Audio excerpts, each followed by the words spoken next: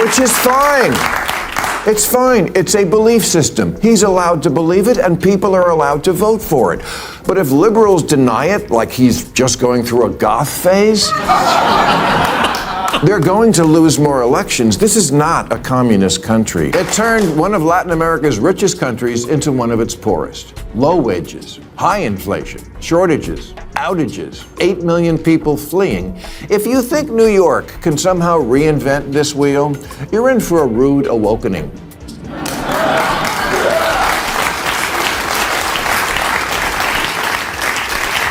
Zoran can't make your wishes come true. You're thinking of Zoltar. Picture this. You wake up, scroll your phone, and the algorithm is already trying to convince you that everything's fine. Nobody's actually serious, and any politician flirting with radical economics is just being edgy like it's a high school goth phase. Meanwhile, the rest of the country is looking at the same clips and going, are we sure this isn't real? And that right there is the whole problem. Denial is how you lose elections. If you want more blunt, no-filter commentary like this, do me a favor. Hit like, subscribe, and tell the algorithm you're not allergic to uncomfortable conversations.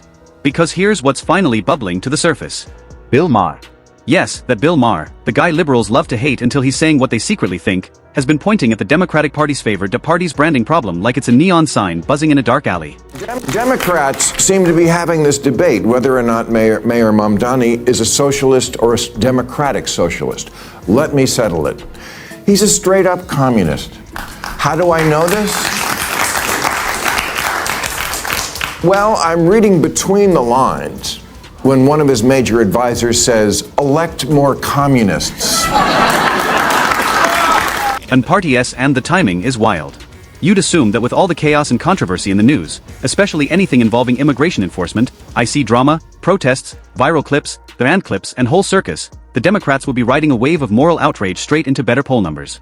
But instead, the vibe online is anxious, defensive, way clips and defensive, and driddly brittle, like a party that knows it's stepping on rakes but keeps sprinting anyway. And Maher's the defensive, and the Massery is basically this. It's not just policy. It's not even the details. It's the label, the vibes, the branding.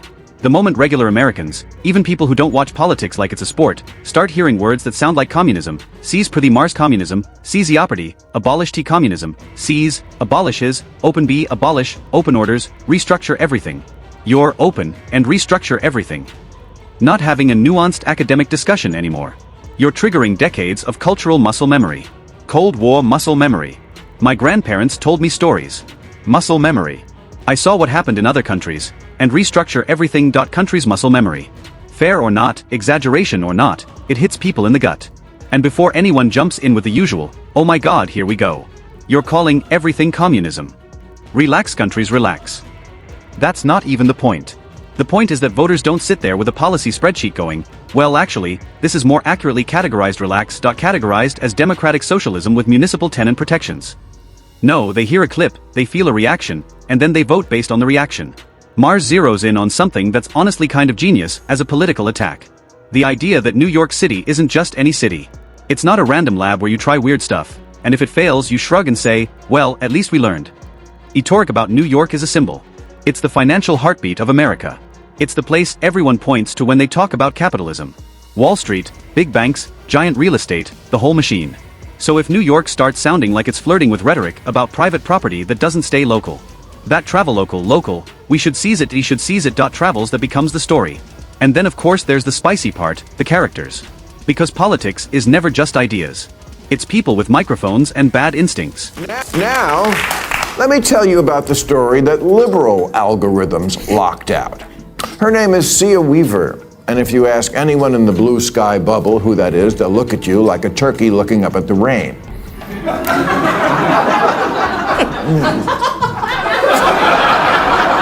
But she's kind of important in New York, being Major Mamdani's chief of the Office to Protect Tenants, and since Mamdani's big issue is the rent's too damn high, yes, he stole this guy's act. It's a very key appointment in the most important city in the country, which is also our financial center. It matters that the mayor stands by, and so I assume stands with, someone who says things like, if you don't believe in the government's sacred right to seize private property, it's over. Seize private property. Home ownership is racist. elect more communists. There's this locked out by the algorithm travel out by the algorithm storyline about a person in New York politics. Someone in the tenant protection world who allegedly said things along the lines of seize out by the algorithm seize private property, homo seize, home ownership is racist, elect more home, and elect communists, and elect communists, hat kind of language. Now, let's be responsible here. I'm not sitting in a courtroom stamping that is verified communists, a verified act. I'm talking about the perception created by rhetoric like that and the way opponents weaponize it. Because whether those quotes are perfectly accurate, slightly mangled, or taken out of context, here's what matters in politics. If it sounds real enough to spread, it becomes real enough to damage you. And that's the part liberals keep missing. They treat politics like it's an internal group chat where everyone already agrees on the definitions. Oh, when she says seize, weaponize CS, he's speaking metaphorically about unjust systems. Okay, cool. But the guy in Ohio who just got laid off and is worried about his mortgage. He hears sees private property, and goes, yeah, no, I'm out. Property, the couple in Arizona save Arizona, aring for their first home. Same reaction. The small business owner in Pennsylvania who survived inflation and supply chain chaos. Same reaction. It's not about the footnotes. It's about the alarm bell. And this is where Ma goes for the jugular. He argues Democrats keep pretending the far left wing is either tiny irrelevant, or just being theatrical. Like, they're just kids with posters. They'll grow out of it. But he's saying no. If you keep letting the loudest, most radical sounding Arizona are sounding voices set the tone. You don't get to act shocked when the entire party gets painted with that brush. That's politics. Your opponents don't need a fair argument. They need a sticky one. Private property, especially home ownership, is a weapon of white supremacy. Really? Even among the 20 million black Americans who own their own home? I mean, these are the kind of utterances I might forgive as something a dumb white girl said while she was at Bryn Mawr. Because it's the kind of privilege hating you can only learn for $95,000 a year.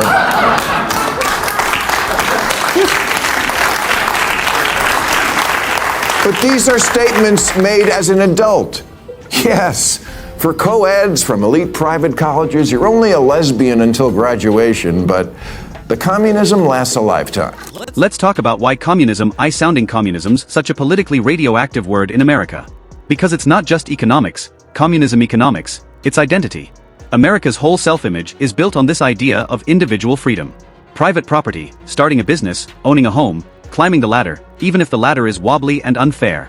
So when people hear rhetoric that sounds like centralized economics, centralized control, forced redistribution, go centralist redistribution, government deciding winners and losers, it triggers this very specific fear.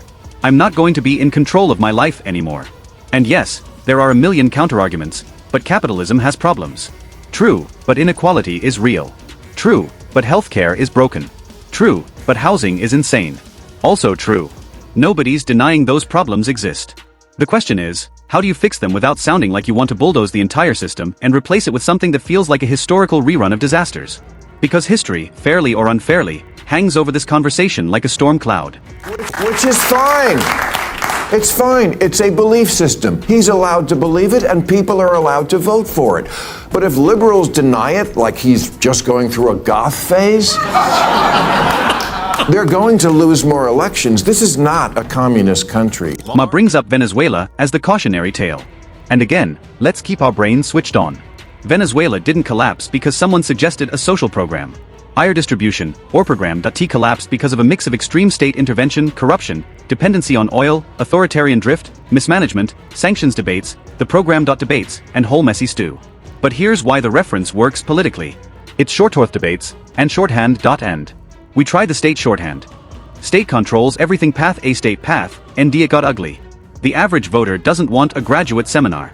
They want a gut check. Could this blow up? And when you've got shortages, inflation, capital flight, PO path, flight, ample fleeing. Those are nightmare images that make voters slam the brakes.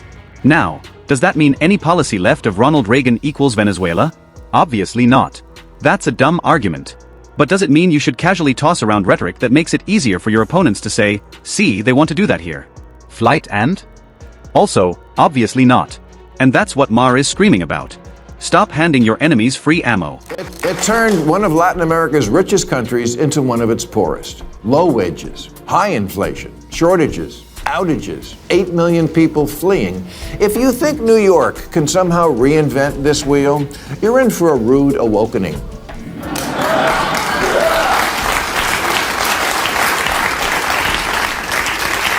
Zoran can't make your wishes come true. You're thinking of Zoltar. 5. Here's where it gets interesting though, because Maher isn't even saying no to social programs. He actually makes a point a lot of people forget. America already has a bunch of socialist-looking things baked in. Social Security, Medicare, Medicaid, unemployment insurance, food assistance, veteran benefits, PL grants, farm subsidies, emergency bailouts, public schools, infrastructure. Like it or not, the US is a capitalist country with a safety net stapled onto it because pure raw capitalism is sharp. It cuts people, and most voters accept that trade-off. Keep the engine, soften the edges. But the difference, according to Ma, is between softening the edges and tearing out the engine. And that's the line Democrats keep letting their loudest activists blur. I don't think people realize we already have a lot of socialism. Social Security, Medicare, Medicaid, unemployment insurance, food stamps, veterans benefits, Pell grants, COVID-era payments, farm subsidies, disability payments, Fannie Mae, Freddie Mac, corporate bailouts, and the jobs program that is building weapons the Pentagon doesn't even want. All that is socialism, much of it appropriate to soften the edges of capitalism, but the DSA are radicals about this concept, and radical economic policy is always ineluctably married to radical social policy. Their platform, for example, calls for completely open borders. They're for what Biden was doing, but more. He also throws shade at the whole democratic socialism is like a dating profile thing, which is honestly a perfect analogy for YouTube because you can see it. The profile looks amazing. Free healthcare, affordable housing, fairness, equality, everyone thriving, birds chirping, sun shining, your skin clears up, your ex texts you, I miss you. But then you meet it in real life, and it's like, wait, who's paying? Who's running it? What happens when costs explode? What happens when incentives change? What happens when bureaucracy metastasizes? He uses the Vermont single-payer attempt as an example. Again, not to dunk on the idea of healthcare reform, but to highlight how even a small state found it hard to pull off financially and politically. Democratic socialism is like a dating profile. Things look great until you meet up in the real world. For example, Bernie Sanders, his big thing was always bringing single-payer health care to our country of 340 million. But when liberal, tie-dyed Vermont tried to do it for a population of 626,000, it collapsed like that poor fuck in the Oval Office last week.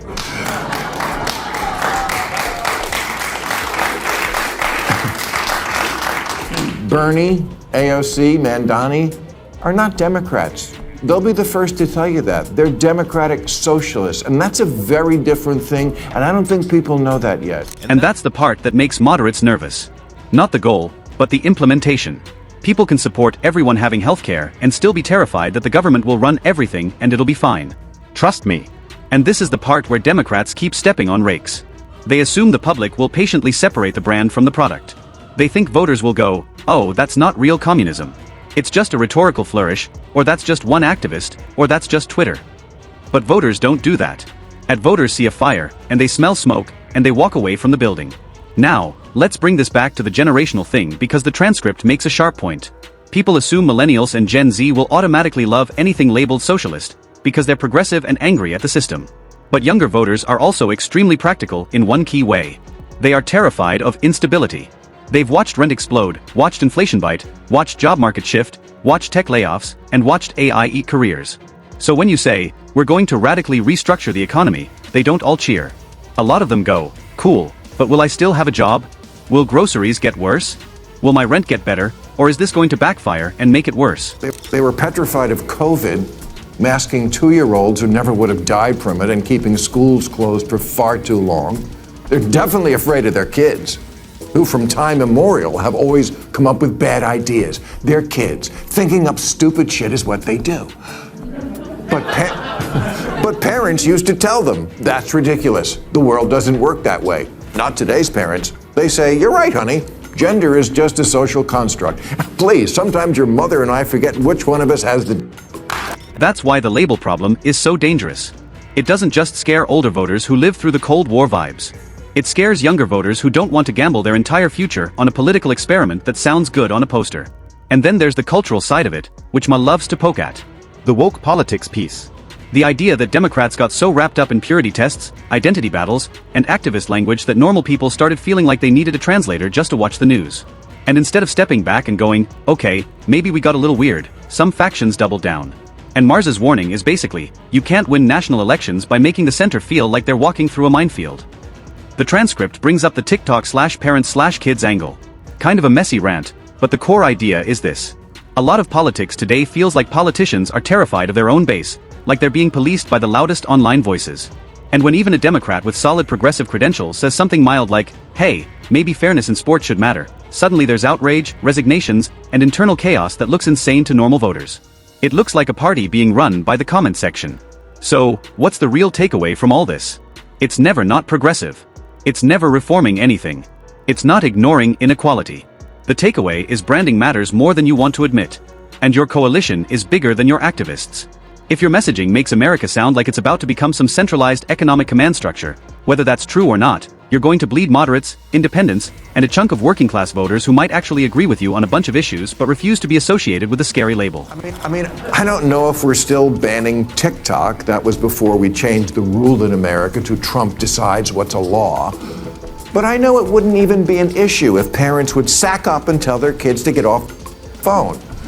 Democrats are still afraid of the mean girls who police their far-out fringe. Massachusetts Congressman Seth Moulton had a perfect score on LGBTQ issues from the Human Rights Campaign. But when he said, I have 2 little girls, I don't want them getting run over on a playing field by a male or formerly male athlete, his own campaign manager quit. And here's the brutal part. If liberals respond to that reality by mocking people, calling them stupid, uneducated, racist, or whatever, they don't win them back. They harden the resistance. You can be morally right and politically useless at the same time. That's the trap. Maher's entire rant can basically be boiled down to one savage sentence. You can't gaslight voters into unhearing what they heard. If a high-profile figure in your orbit is flirting with rhetoric that sounds like, elect more communists, you don't get to wave it away and act like everyone else is paranoid. You either draw a line or you let the line get drawn for you by your opponents in the nastiest possible way. And look, if you're someone who genuinely believes a more socialist framework is the answer, you're allowed to believe that. It's a free country. People can vote for it. That's democracy. But what you can't do is pretend that belief system doesn't exist or pretend the public reaction to it is just a misunderstanding or pretend it won't affect elections because it will. Especially in a country where the phrase private property is practically tattooed on the cultural soul. So here's my question for you. Do you think Democrats are actually drifting too far left? Or are Republicans just better at branding their enemies? And if the answer is both, which one matters more in 2028? Drop your take in the comments. Seriously, I want to see where people land on this. And if you're still here, you already know what to do. Like the video, subscribe, and share it with that one friend who thinks politics is just vibes. Because honestly, it kind of is. And that's why this stuff matters.